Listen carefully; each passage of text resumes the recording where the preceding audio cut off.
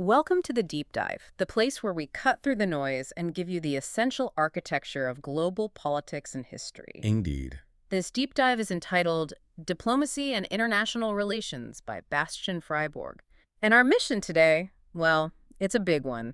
We're tackling one of the most persistent and, frankly, powerful theoretical frameworks out there, realism. Yeah, we're definitely going beneath the surface today. We want to explore that great debate that really defines international relations theory. We're dissecting the core schools, classical realism, neorealism, and the newer neoclassical realism. And we're trying to answer, for you, what feels like a single critical question. Which is? Are the massive decisions, the big moves in global power, are they purely dictated by these cold, objective structural forces? Or, do the messy human bits, the quality of leaders, culture, even simple misperception, do they still hold the most sway? And this isn't just some dusty academic debate, right? Not at all. We're exploring a theoretical struggle that, it goes back literally 2,500 years to Thucydides. Yeah.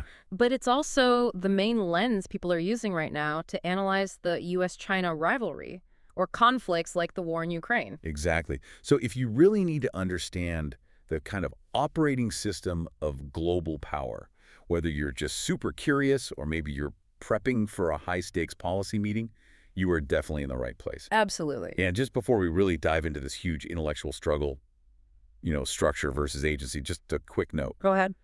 If you find this level of analysis valuable, you can actually subscribe on Spotify or Apple Podcasts. It's a small monthly fee. Right. And that support, well, it really helps us keep these deep dives going. Plus, you get access to some extra episodes.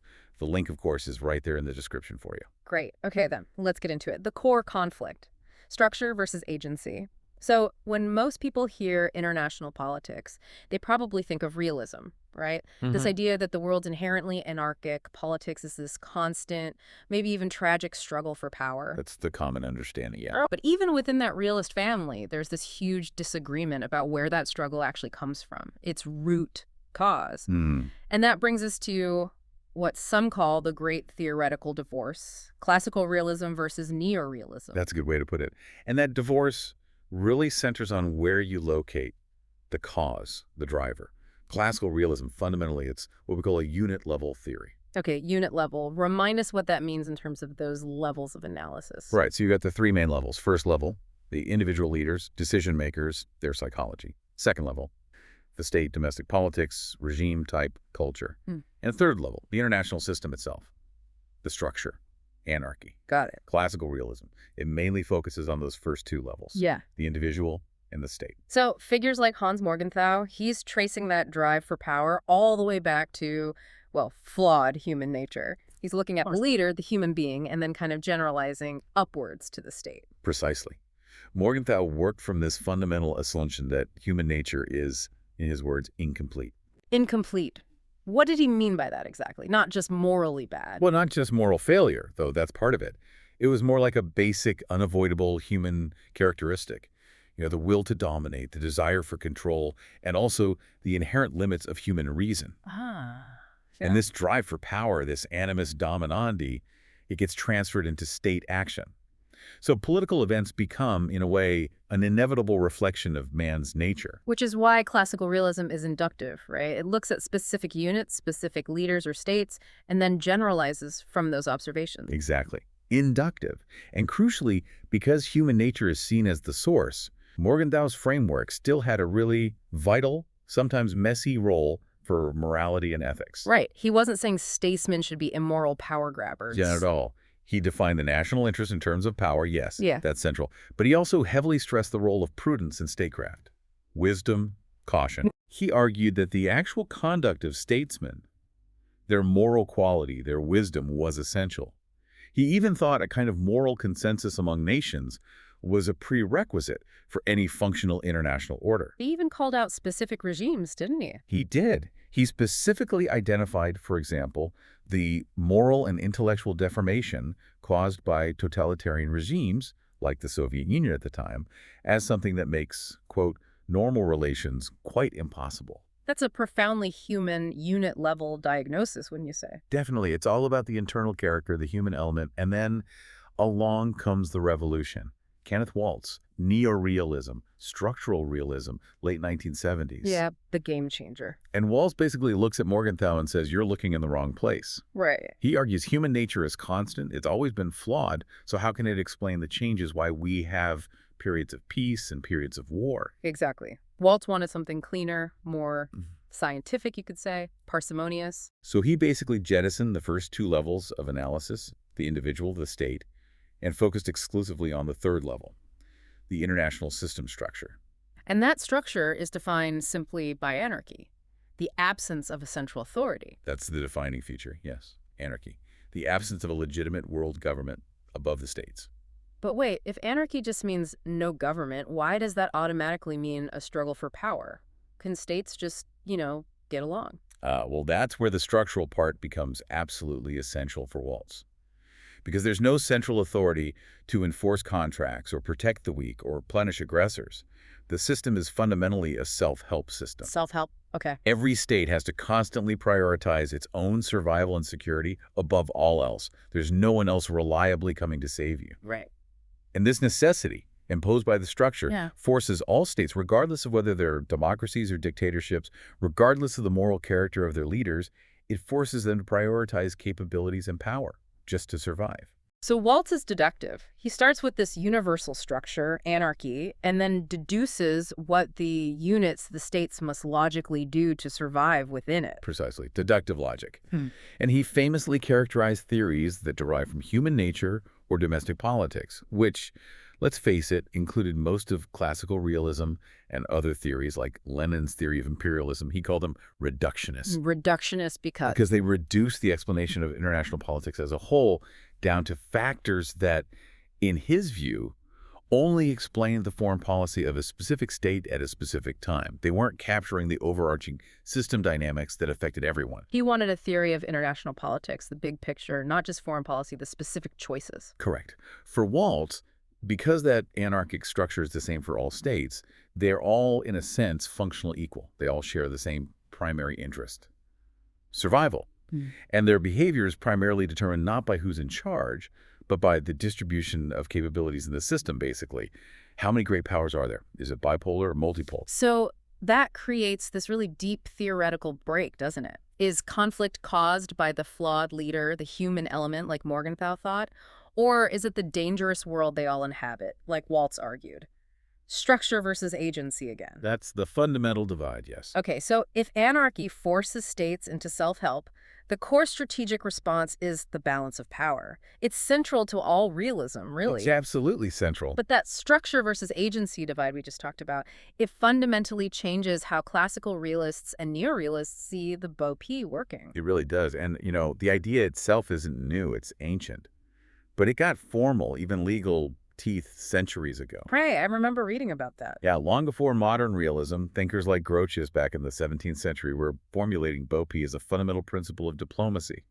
It was even explicitly written into major treaties, like the Treaty of Utrecht in 1713. Utrecht, right. What did it say? It basically framed the balance of power as a necessary condition to ensure, and I'm paraphrasing here, that no one state should be able absolutely to predominate and upset the peace of Europe.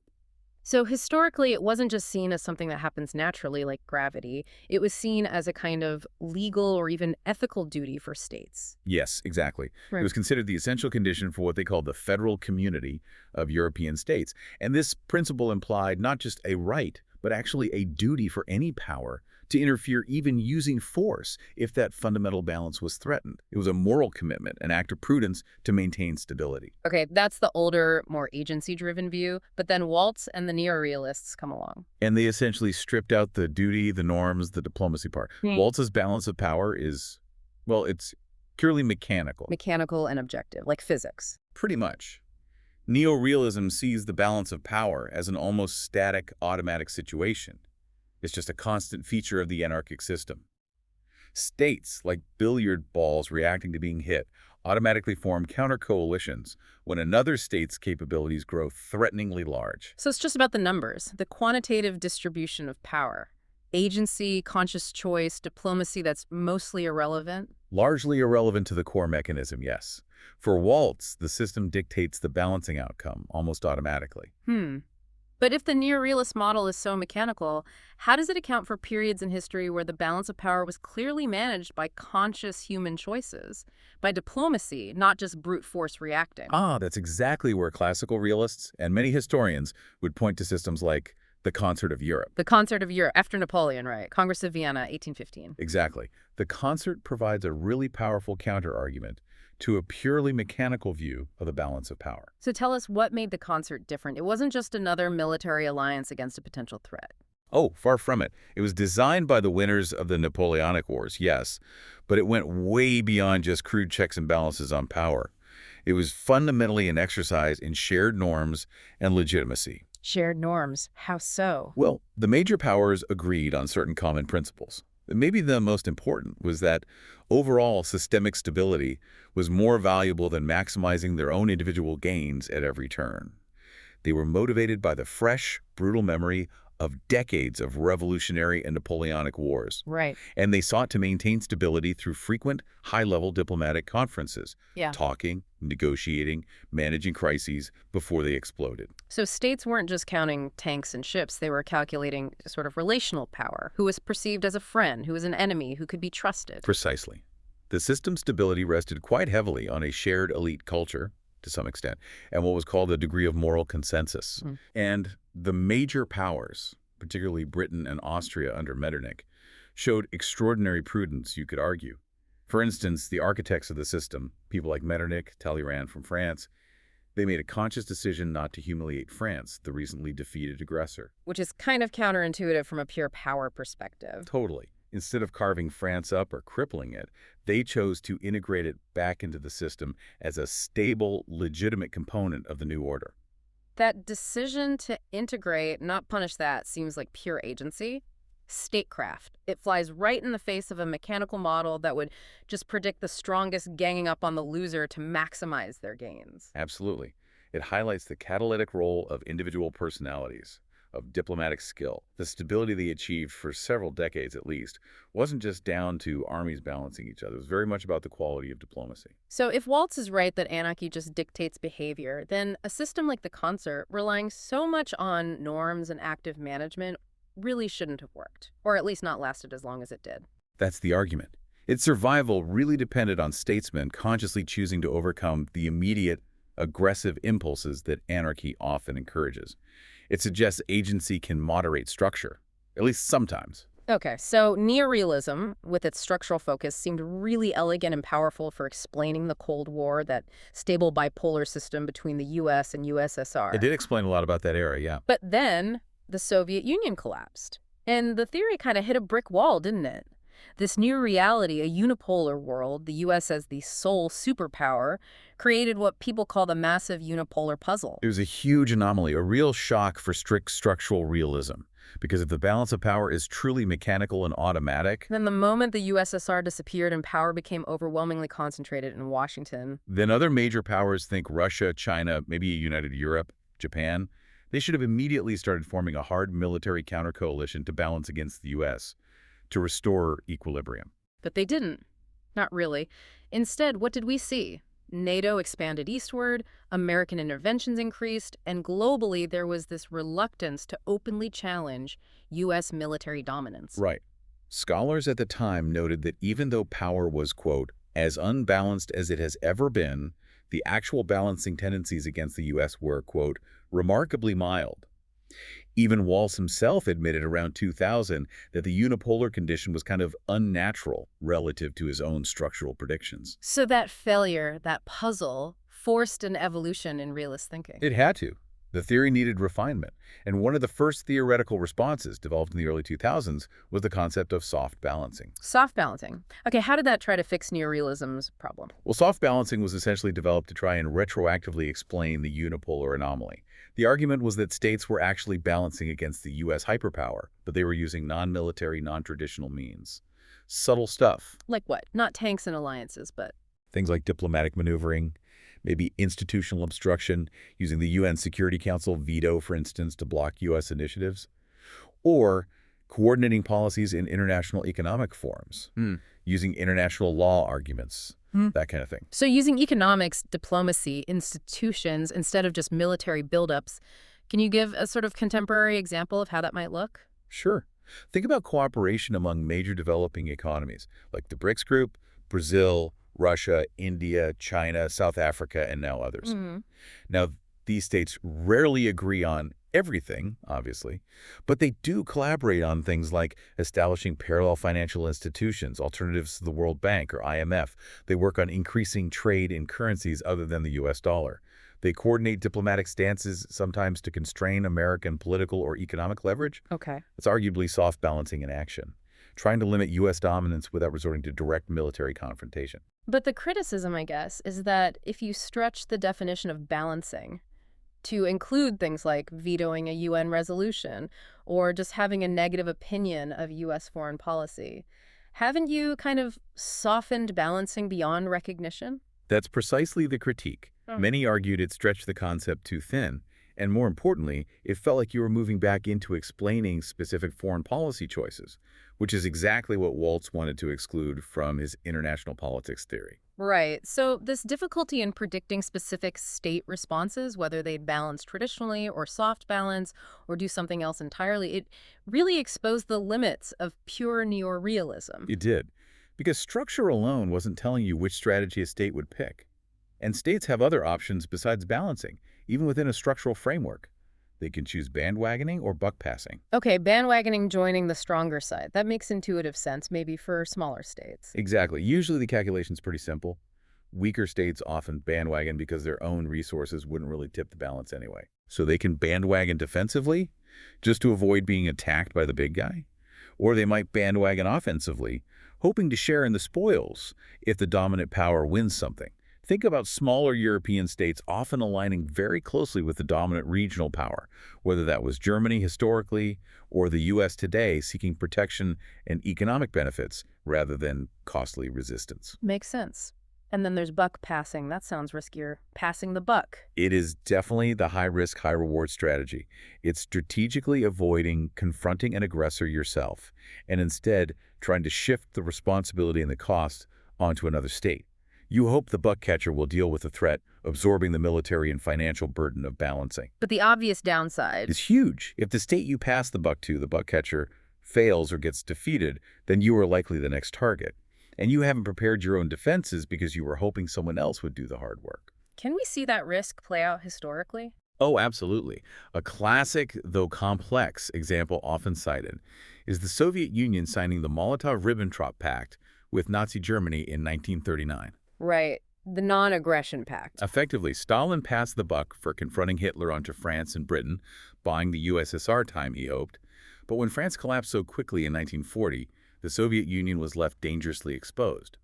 It really demonstrates the massive gamble involved in buck passing. Okay. So if pure structural theory like Waltz's couldn't reliably predict which strategy a state would choose, balancing, bandwagoning, buck passing, even under similar systemic pressures, Yeah, then the theory needed to evolve again. exactly. And that's where Neoclassical Realism, NCR, comes in. It really emerged in the 1990s and 2000s to bridge this gap. So NCR is trying to synthesize the two earlier schools. In a way, yes. It's the ultimate synthesis, you could say. It starts with the basic neorealist premise. The international system's structure anarchy, the distribution of power is the primary driver, the first thing you look at. Okay, structure still matters most. But crucially, NCR acknowledges that these systemic pressures, these signals from the international environment, they don't just automatically translate into state behavior. They have to be filtered through the state itself through unit-level factors.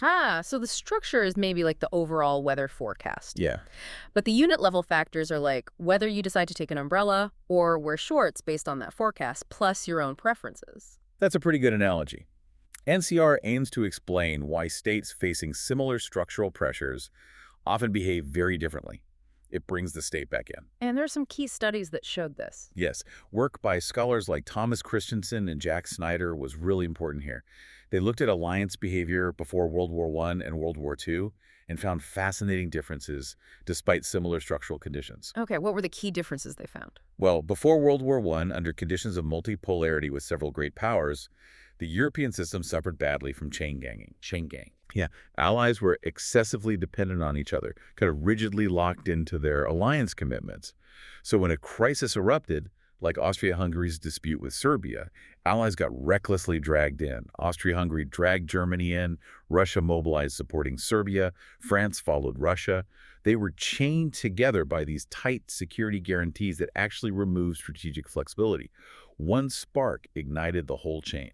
Okay, so too tight, too automatic. And before World War II, under similar multipolar conditions against Nazi Germany. They found basically the opposite pathology. Buck passing became rampant. Ah, the other extreme. Exactly. Britain and France, facing a clearly revisionist Germany under Hitler, repeatedly hesitated to form a firm early counter-coalition. They kept hoping someone else, maybe the Soviet Union, maybe even Italy, would step up and bear the main cost of confronting Germany. This was the era of appeasement, of strategic delay, of passing the buck until it was almost too late. Wow, so you had similar systemic conditions, multipolarity, a rising aggressive threat, but completely opposite, and ultimately disastrous alliance behaviors. And NCR explains this divergence by bringing in those unit-level factors that Walsh deliberately excluded. Things like geography, are you close to the threat? Technology, does offense or defense have the advantage? And crucially, leader perception and domestic politics. So, like, whether the public or political elites were willing to pay the costs of arming and fighting. Precisely. Domestic political consensus, the ideology of the leadership, the health of the economy, these internal factors heavily influenced whether a state felt it could afford to chain gang or whether political leaders preferred the cheaper, though ultimately riskier, strategy of buck passing. Neoclassical realism essentially makes realism a much more powerful, nuanced theory of actual foreign policy, not just abstract international structure. Okay, so if we take this more advanced neoclassical realist framework and we apply it to maybe the defining geopolitical challenge of our time, the rivalry between the U.S. and China, it immediately brings up that famous phrase, the Thucydides trap. Ah, yes. Graham Allison really popularized this concept, drawing on the Peloponnesian War between Athens and Sparta in ancient Greece. And the core idea, the famous quote is, It was the rise of Athens and the fear that this instilled in Sparta that made war inevitable. It's a classic structural argument, really. right. When a rapidly rising power threatens to displace an established ruling power, the structural stress becomes so intense that war becomes the highly probable, maybe even unavoidable outcome. And Allison's research found this pattern repeated throughout history. His team looked at 16 cases since the year 1500 where a rising power challenged a ruling power, and they found that in 12 of those 16 cases, that's 75%, the result was war. Wow. That's a pretty terrifying statistic. It really suggests that structure, the sheer weight of power shifts, might just override agency and make conflict almost predetermined. It certainly paints a grim picture based on historical precedent. Yeah. But the neoclassical lens, bringing agency and perception back in, really complicates this idea of structural inevitability. How so? What's the critique? Well, the critical neoclassical perspective argues that Allison's framing, while powerful, often overlooks a crucial factor. It wasn't just the rise of the challenging power that led to war in most of those historical cases. It was the adoption of revisionist policies by one or both sides. Revisionist policies, meaning conscious strategic choices by leaders to try and change the existing order, not just getting bigger and stronger. Exactly. Let's go back to the Athens-Sparta example. The neoclassical critique would say, look closer. When Athens was already at its peak, powerful and wealthy, it didn't just sit still. It began using its power for hegemonic ambitions. Okay. It started expanding its influence aggressively, building an empire, putting pressure on neutral states, interfering with Spartan allies. Sparta wasn't just fearful of Athens' growing capabilities, it was reacting directly to Athens' aggressive use of those capabilities. The rising power, through its deliberate policies, became the revisionist actor trying to overturn the status quo. Ah, I see. So the distinction isn't just having power, it's how you use it, whether you use it to maintain the existing system or try to change it in your favor. Precisely. And that crucial distinction between simply rising and actively pursuing revisionist goals leads to this really interesting critical concept called the inverted Thucydides trap. Inverted, how does that work? This is a major challenge to the dominant narrative, which usually paints China as the rising revisionist threat. The inverted trap suggests that the structural stress and danger today might not be primarily caused by the rising power, China trying to displace the U.S. Okay. Instead, it argues the stress might be caused by the ruling power, the U.S. actively resisting China's rise and trying to establish or maintain its own hegemony over China and the region. It flips the script on who the primary revisionist actor might actually be. So This perspective suggests the U.S. is the one trying to change the status quo, but how does the theory justify calling the ruling power the U.S. revisionist? I mean, doesn't the U.S. generally see itself as defending the existing liberal international order? That's exactly the core of the debate. The justification for calling the U.S. revisionist, from this critical perspective, lies in analyzing specific U.S. policies as they are perceived by rivals like China. The argument is that the U.S. is pursuing a grand strategy of liberal hegemony, which inherently involves trying to change the status quo of other states. Okay, what kind of actions are cited as evidence for that? Well, the source material highlights three key types of actions. First, persistent efforts to change the domestic regimes or the fundamental foreign policy orientations of adversaries. From Beijing's perspective, things like promoting democracy abroad or criticizing China's internal affairs are seen as destabilizing interference aimed at undermining their system. Right, regime change or interference. What's the second point? Second, what rivals perceive as systematic violation of international rules, particularly economic ones.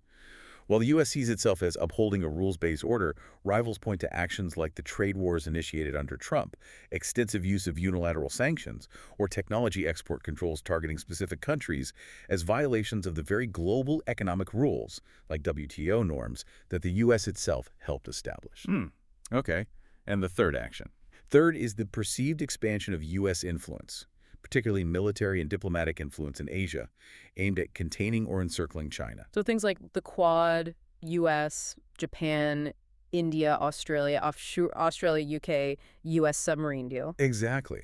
From Beijing's viewpoint, establishing new security partnerships around its periphery, deploying advanced missile systems in allied nations nearby, conducting robust freedom of navigation operations close to contested waters, these aren't seen as purely defensive measures stabilizing the region. They're perceived as part of an aggressive strategic encirclement designed to hem China in, stunt its growth, or perhaps even provoke a confrontation on U.S. terms. It sounds like a classic example of that security dilemma spiral. We'll probably talk more about what one side genuinely sees as defense, the other inevitably sees as a menace. It absolutely feeds into that dynamic. So, given this diagnosis that U.S. liberal hegemony is potentially the revisionist driver, what does this neoclassical perspective advise Washington to do to avoid the trap, inverted or otherwise? Yeah, what's the prescription? The argument is that the surest way to reduce friction and prevent structural conflict is for Washington to consciously shift away from this perceived revisionist strategy of liberal hegemony and adopt a more restrained status quo strategy of offshore balancing. Offshore balancing. What does that actually look like in practice? Less intervention. Essentially, yes. Yeah. It's a much more cost-saving, threat-minimizing form of realism. It means the U.S. would significantly reduce its forward-deployed military presence, particularly ground troops, in regions like Europe, the Middle East, and Asia. It would stop actively trying to promote democracy or change regimes abroad. It would transfer the primary responsibility for maintaining regional stability back onto the local powers themselves. The U.S. would only intervene militarily if the local balance broke down completely and a single power threatened to achieve actual hegemony over a critical region like Europe or East Asia. Otherwise, stay offshore. That sounds like a huge shift. It would require abandoning that whole post-Cold War idea of American exceptionalism, the indispensable nation that has to manage the world order. Absolutely. The structural shift requires a profound unit-level change in perception and political will within the U.S. Interestingly, the source material we looked at mentioned a hypothetical future scenario, former U.S. Secretary of State Marco Rubio in early 2025, declaring that multipolarity, the existence of multiple great powers, wasn't just inevitable, but actually a preference for the administration. Yeah. Now, whether that happens or not is another story, but moving from demanding continued American dominance to actively preferring a managed multipolar world is the essence of the shift toward a status quo. Offshore balancing strategy aimed at minimizing friction and avoiding the Thucydides trap, however you frame it. So whether a state ultimately chooses offshore balancing or sticks with liberal hegemony or something else, at the end of the day, some group of humans has to interpret those structural pressures, decide on the strategy, and execute the plan. Exactly. Which brings us right back full circle to the crucial importance of the unit level, and specifically how flawed human perception can distort reality and drive policy off the rails. This is really where even the most die-hard structural realists have to concede ground to agency and psychology. I mean, even a staunch neorealist like John Mearsheimer, when he analyzes specific crises, Take his analysis of the origins of the Russia-Ukraine war, for instance. He has to invoke unit-level factors. Also- Well, his structural arguments can explain why Russia might have felt threatened by NATO expansion, or why it had the relative power capabilities to potentially attack. But to explain why they actually chose to launch a full-scale invasion when they did, he has to resort to talking about things like Russia's willingness to use force, its determination, its specific fears about Ukraine's trajectory, the leadership's calculations and risk tolerance. Those are all unit-level factors. Right, so the structure might load the gun, but psychology pulls the trigger. That's one way to think about it. The structural forces create the menu of options, maybe highlight the dangers, but human psychology often determines the final order. And Robert Jervis, his work was absolutely seminal in exploring the psychological dimension of international conflict. Jervis, right. He gave us those two competing models for how policymakers view adversaries, didn't he? The deterrence model versus the spiral model. Exactly. They're like two different sets of glasses for interpreting the same actions. The deterrence model basically assumes your adversary is inherently greedy or aggressive, like maybe Hitler's the classic example. They're driven by an appetite for gain, and they'll keep pushing until they meet firm resistance. So in that model, you must be firm. Threats and military readiness are what keep the peace. Correct. Threats, resolve, and visible capabilities are necessary to deter their aggression. The main worry if you're using this model is that the aggressive actor might somehow underestimate your resolve, think you're bluffing, and push too far, triggering the conflict you tried to deter. Okay, that's deterrence. And the alternative is the spiral model. The spiral model starts from a completely different assumption.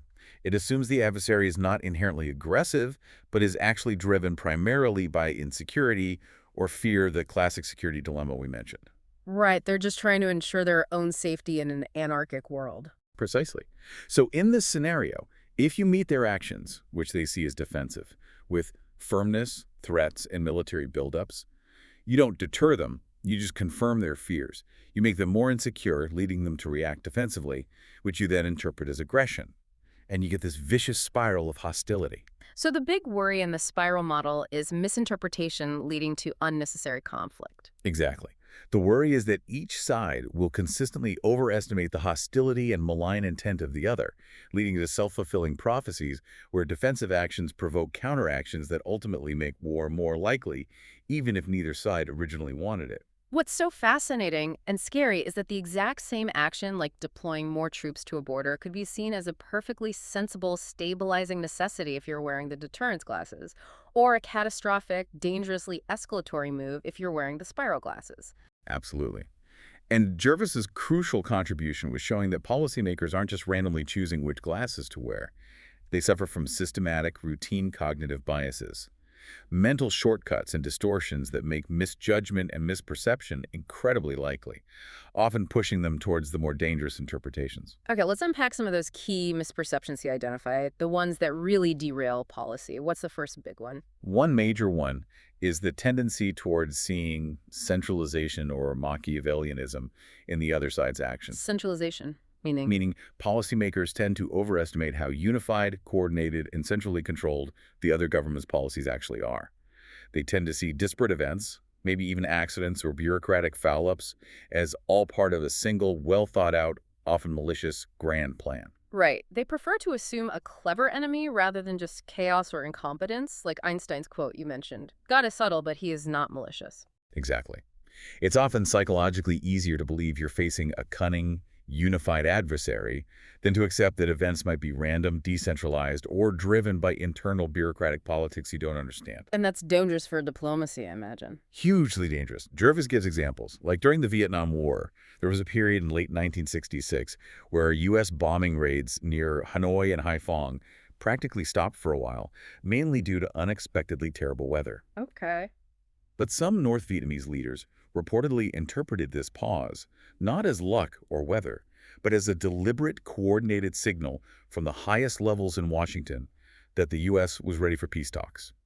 They couldn't fathom it was just bad weather. They assumed centralized intent. That reminds me of another historical example you brought up earlier, California banning Japanese land ownership in 1913. An excellent parallel, yes. The Japanese government at the time simply couldn't believe that the U.S. federal government in Washington was truly powerless to just override a state law like that. Right. They were utterly convinced it had to be a deliberate, unified insult directed from the very top of American policymaking circles. They completely misread the decentralized nature of the U.S. federal system and attributed far too much centralization and hostile intent to Washington. Okay, so overestimating the other side's coherence and malice. What's the second major misperception? This one feeds the security dilemma directly. It's the pervasive belief in one's own benign intentions and the failure to see how others perceive you. Ah, the we're the good guys bias. Pretty much. Statesmen and the states they lead almost universally assume that their own policies are obviously peaceful, defensive, or, at worst, reactive. And they assume the adversary must understand this benign intent. They fail to grasp that their own actions, like building up arms, forming alliances, moving troops, will inevitably be perceived as threatening and potentially aggressive by the adversary, regardless of their own intentions. So if I build a massive wall around my property, I know it's just for my security, but my neighbor inevitably sees it as a hostile barrier aimed at them.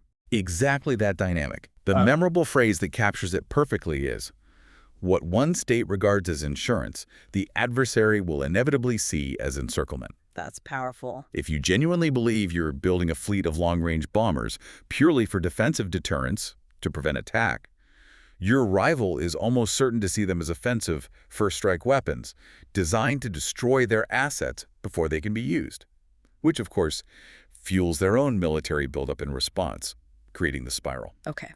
And the third key bias. This one is about learning the wrong lessons from interactions. It's self-attribution bias, particularly regarding success. Self-attribution bias. How does that skew strategy? Basically, actors, individuals, and states tend to attribute successful outcomes primarily to their own efforts, especially their own firmness or toughness. If you issue a harsh threat or impose sanctions and the adversary backs down or makes a concession, you're highly likely to conclude, aha, my firmness worked, they only understand pressure. Right, you give yourself all the credit. You do. You tend to downplay or ignore other potential reasons for the adversary's concession. Maybe they had internal problems. Maybe they reassessed their own interest. Maybe they were trying to be conciliatory for other reasons. But you conclude your pressure was the key factor. And the long-term danger of learning that lesson over and over. It heavily reinforces a reliance on negative sanctions, threats, and coercion. It makes policymakers less likely to explore diplomacy, positive incentives, or rewarding concessions in the future, because they become convinced only toughness works. They feel effective, they feel validated when their perceived firmness seems to succeed. But this cognitive bias dramatically increases the chances of them overreaching later on. They overestimate their ability to coerce the adversary, underestimate the adversary's own resolve or constraints, and push too hard, leading to unnecessary breakdowns in negotiations, crises, and potentially escalating conflict. So, wow, even if the big structural conditions anarchy, power shifts make conflict likely. Human psychology, through these systematic biases, almost guarantees we'll misread the signals, misinterpret intentions, and stumble towards confrontation even faster. It's a sobering combination, isn't it? Yeah. Structure creates the pressures, but psychology often ensures we react to those pressures in the most dangerous ways. Hashtag outro. So our deep dive today, really following the threads laid out in Diplomacy and International Relations by Bastian Freiborg, I think it's shown that realism isn't some static monolith. It's a constantly evolving framework. Yeah, definitely. We started way back with Morgenthau's focus on that flawed, power-seeking human nature, then moved to Waltz's stark, almost deterministic focus on the structure of anarchy, Right. and finally landed with Neoclassical Realism, which kind of forces us really to synthesize the two, to bring structure and agency back together. It's exactly. The best understanding, arguably, of the complex world we face in the 21st century requires both perspectives. We have to accept the reality of structural pressures, things like the distribution of power, the security dilemma, maybe even the Thucydides trap dynamic. Right, those big forces. But we also have to acknowledge always that those pressures are filtered through the unit level, through the specific domestic politics of places like Washington and Beijing, through the perceptions and misperceptions of the actual human leaders making the decisions. So the structural forces might push us toward conflict. They often do. Yet the historical success, however brief sometimes, of moments like the Concert of Europe, which was founded on conscious prudence, norms, active diplomatic effort that suggests human agency, statecraft, when exercised wisely, can provide a counterbalance. It can potentially steer away from structural inevitability. Perhaps. It offers a glimmer of hope, maybe. Which leaves you, our listener, with the ultimate provocative thought to chew on from today's discussion. Given these intense structural pressures of great power rivalry, compounded by the constant threat of psychological misperception, where we systematically assume malice over accident, and where others inevitably see our insurance as their encirclement, is peace in this century going to be decided mainly by objective military and economic capabilities? Or will it hinge more on the quality of leadership, on the ability of statesmen and societies to recognize and overcome these inherent psychological traps and structural biases? That is the crucial question, isn't it? And that's what we leave you to mull over. Thank you so much for joining us for this deep dive into the evolution of realism. We really hope you found this exploration insightful, maybe clarifying. Yeah, thanks for tuning in. If you enjoyed this analysis, please do take a moment to follow the deep dive wherever you get your podcasts. And if you feel generous, rate it 5 stars. That small effort genuinely helps us reach more people who are interested in international politics, theory, and history. It really does. We'll catch you on the next deep dive.